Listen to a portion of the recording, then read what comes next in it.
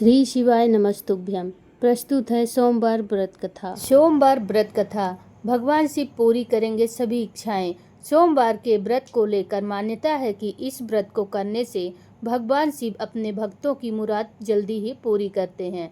सोमवार का दिन भगवान शिव को समर्पित होता है, इसलिए इस दिन भगवान शिव की पूजा और व्रत करने का महत्व और ज़्यादा बढ़ जाता है।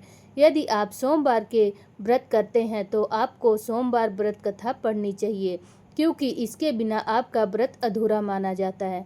तो आइए जानते हैं सोमवार व्रत कथा। देवों के देव महादेव बहुत ही भोले माने जाते हैं, इसलिए उनका एक नाम भोलेनाथ भी है। पौराणिक मान्यताओं के अनुसार भगवान शंकर को प्रसन्न करने के लिए किसी भी तरह के खास विशेष पूजा की आवश्यकता नहीं होती है, क्योंकि कहा जाता है कि वह तो भोले हैं और भक्त की मन से की गई क्षणिक मात्र की भक्ति से ही वह प्रसन्न हो जाते हैं। अगर आप भी शिव की भक्ति और कृपा पाने के लिए सावन के सोमवार का व्रत करते हैं तो इस कथा से भोलेनाथ को प्रसन्न कर सकते हैं। साहूकार को मिला संतान प्राप्ति का वरदान। एक बार किसी एक नगर में एक साहूकार था। उसके घर में धन की कोई कमी नहीं थी, लेकिन कोई संतान न होने के कारण वह बहुत दुखी था।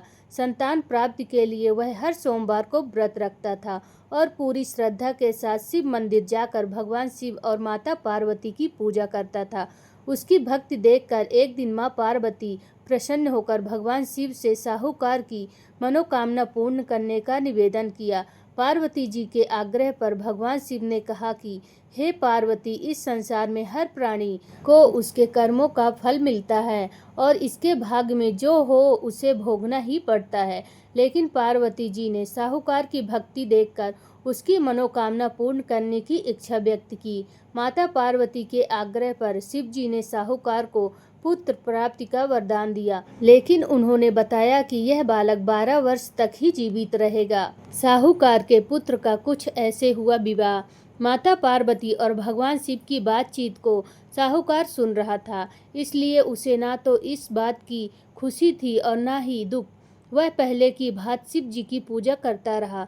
कुछ समय के बाद साहूकार की पत्नी ने एक पुत्र को जन्म दिया। जब वह बालक 11 वर्ष का हुआ तो उसे पढ़ने के लिए काशी भेज दिया गया। साहूकार ने पुत्र के मामा को बुलाया और उसे बहुत सारा धन देते हुए कहा कि तुम इस बालक को काशी विद्या प्राप्त के लिए ले जाओ। तुम लोग रास्ते में यज्ञ कराते जाना और ब्राह्मणों को भोजन दक्षिणा देते हुए जाना।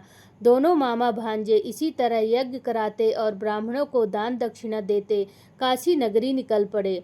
इस दौरान रात में एक नगर पड़ा, जहां नगर के राजा की कन्या का विवाह हो रहा था, लेकिन जिस राजकुमार से उसका विवाह होने वाला था वह एक आंख से काना था। राजकुमार के पिता ने अपने पुत्र के काना होने की बात को छुपाने के लिए सोचा, क्यों ना उसने साहूकार के पुत्र को दूल्हा बनाकर राजकुमारी से विवाह करा दूं।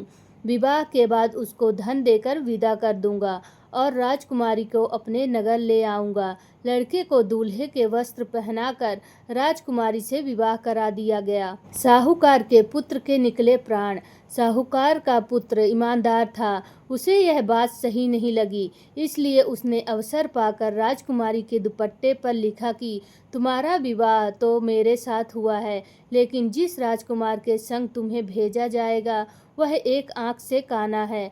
मैं तो काशी पढ़ने जा रहा हूँ। जब राजकुमारी ने चुन्नी पर लिखी बातें पढ़ी तो उसने अपने माता पिता को यह बात बताई। राजा ने अपनी पुत्री को विदा नहीं किया, फिर बारात वापस चली गई।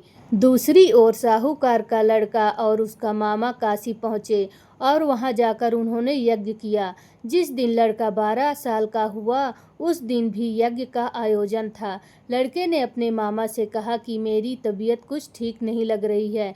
मामा ने कहा कि तुम अंदर जाकर आराम कर लो। शिव जी के वरदान अनुसार कुछ ही देर में उस बालक के प्राण निकल गए।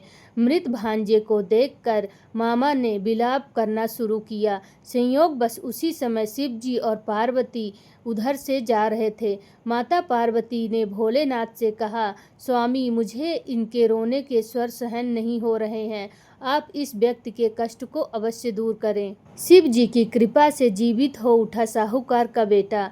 जब शिवजी मृत बालक के समीप गए तो वह बोले कि यह उसी साहूकार का पुत्र है जिसे मैंने 12 वर्ष की आयु का वरदान दिया था। अब इसकी आयु पूरी हो चुकी है। लेकिन मातृभाव से विभोर माता पार्वती ने कहा कि हे महादेव, आप इस बालक को और आयु देने की कृपा करें, अन्यथा इसके वियोग में इनके माता पिता भी तड़प तड़प कर मर जाएंगे। माता पार्वती के पुनः आग्रह पर भगवान शिव ने उस लड़के को जीवित होने का वरदान दिया। शिव जी की कृपा से वह लड़का जीवित हो गया। शिक्षा पूरी करने के बाद मामा के साथ अपने नगर की ओर वापस चल दिया। दोनों चलते हुए उसी नगर में पहुँचे जहाँ उसका विवाह हुआ था। उस नगर में भी उन्होंने यज्ञ का आयोजन किया। उस लड़के के ससुर ने उसे पहचान लिया और महल में ले जाकर उसकी खातिरदारी की और अपनी पुत्री को विदा किया। सभी मनोकामनाएं होती हैं पूर्ण। इधर साहूकार और उसकी पत्नी भूख प्यास से तड़प रहे थे। भूखे प्यासे रहकर बेटे की प्रतीक्षा कर रहे थे। उन्होंने प्रण कर रखा था कि यदि उन्हें अपने बेटे की मृत्यु का समाचार मिला तो वह भी प्राण त्याग देंगे, परंतु अपने बेटे के जीवित होने का समाचार पाकर वह बेहद प्रसन्न हुए। उसी रात भगवान शिव ने साहूकार के स्वप्न में आकर कहा, हे श्रेष्ठी, मैंने तेरे सोमवार के व्रत करने और व्रत कथा सुनने से प्रसन्न होकर तेरे पुत्र को लंबी आयु प्रदान की है। इसी प्रकार जो कोई सोमवार व्रत करता है या कथा सुनता है और पढ़ता है, उसके सभी दुख दूर होते हैं और सभी मनोकामनाएं पूर्ण होती हैं।